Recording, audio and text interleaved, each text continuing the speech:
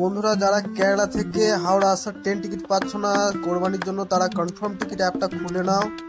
Confirm ticket অ্যাপটা খুলে নেওয়ার পরে তোমাদেরকে আমি সঠিকভাবে বলে দিচ্ছি কোথায় থেকে কোথায় তোমরা সিলেক্ট করলে আরামসে কনফার্ম পেয়ে যাবে কেরালা থেকে হাওড়া আসার ট্রেন। তো প্রথমে তোমরা কালিকট থেকে যশবন্তপুর, প্রথমে কালিকট লিখবে, তার নিচে লিখবে যশবন্তপুর, ওয়াইপিআর লেখার পরে যশবন্তপুর শো হবে। যশবন্তপুর শো করে তোমরা ডেট দিয়ে দেবে। ডেটটা আছে আমি বলে দিচ্ছি 28 মে।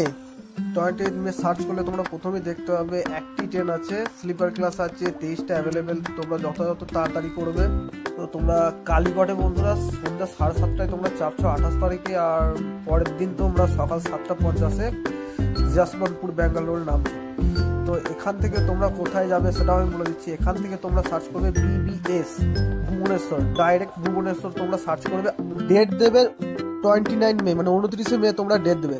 সার্চ করলে দেখতে হবে, একটু স্ক্রল করে নিচে যাবে, স্ক্রল করে নিচে দেখলেই দেখতে হবে 22834, এই যে ট্রেনটা BBS হামসফর এক্সপ্রেস, এই ট্রেনটাই দেখো এখনো পর্যন্ত 172টা সিট অ্যাভেলেবেল আছে থার্ড ক্লাসে। তো তোমরা ভুবনেশ্বরে 30 মে সন্ধ্যা 6:25 নামবে। তোমরা 6:25 নামবে। 6:25 এবার ভুবনেশ্বর থেকে হাওড়া যাওয়ার ট্রেন আমি বলে দিচ্ছি।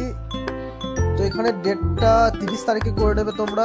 ডেটটা 30 তারিখে করার পর সার্চ করবে, নিচে স্ক্রল করবে, তো 6:25 ওটা নামাচ্ছে। আর তোমরা দেখো এখানে একটা ট্রেন আছে রাত্রি 9:30, এই যে 21:30 লেখা আছে, এই ট্রেনটাই তোমরা আরামসে সিট পেয়ে যাবে। তারপরে বিকেল 3:55 একটা ট্রেন আছে, এই ট্রেনটা তো তোমরা পেয়ে যাবে আরামসে। 17 ওয়েটিং লিস্ট আছে বুক করলে।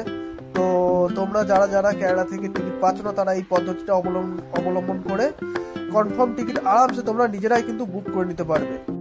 বন্ধুরা ভিডিওটা যদি অবশ্যই হেল্পফুল হয়ে থাকে তাহলে সাবস্ক্রাইব করো, আর ফেসবুক থেকে দেখলে অবশ্যই ফলো করো পেজটা।